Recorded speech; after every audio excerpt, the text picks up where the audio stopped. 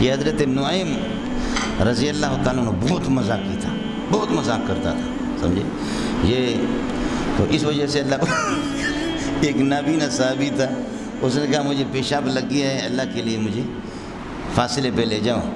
میں پیشاب، اس نے ہاتھ اس کا پکڑا، گھمایا پھرایا مسجد میں لا کر سین میں اس کو کہا کہ یہ مسجد تو کچی تھی، ادھر پیشاب کرو، مسجد میں پیشاب۔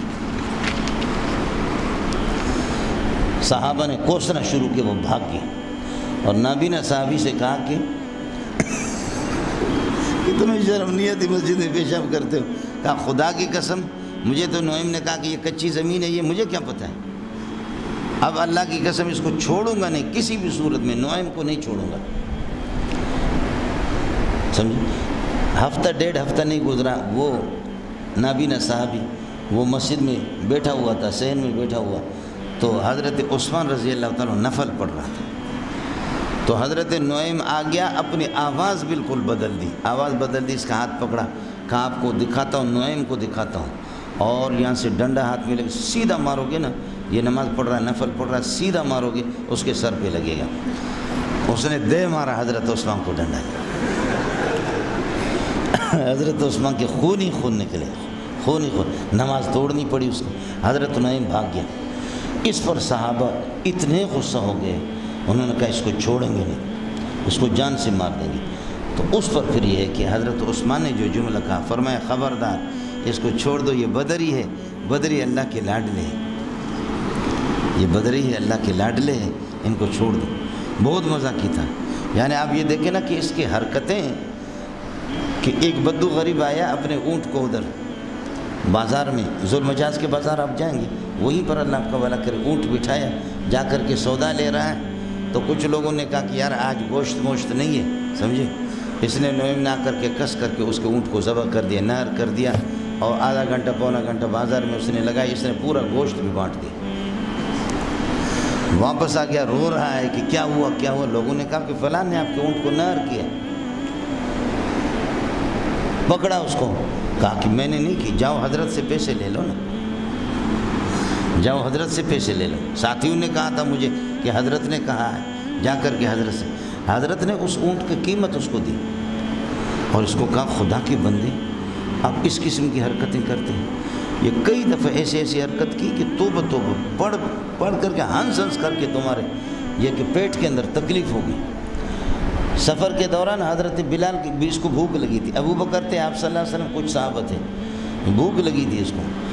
حضرت بلال کے پاس ستو تھے، کھجوریں تھیں، کہا یہ کھجور مجھے دے دو، کچھ دے دو، مجھے بھوک لگی ہے۔ بلال نے کہا کہ حضرت بلال نے کہا کہ نہیں میں نہیں دے سکتا، اس نے کہا مجھے رب کی قسم ہے، اس خدا کی ایسی حرکت کروں گا تیری نسلیں یاد رکھیں گی۔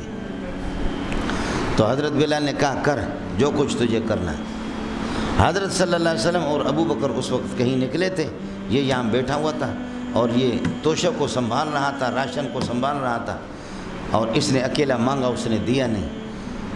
حضرت نعیم نے جا کر کے وہ ادھر سے قافلہ آ رہا تھا،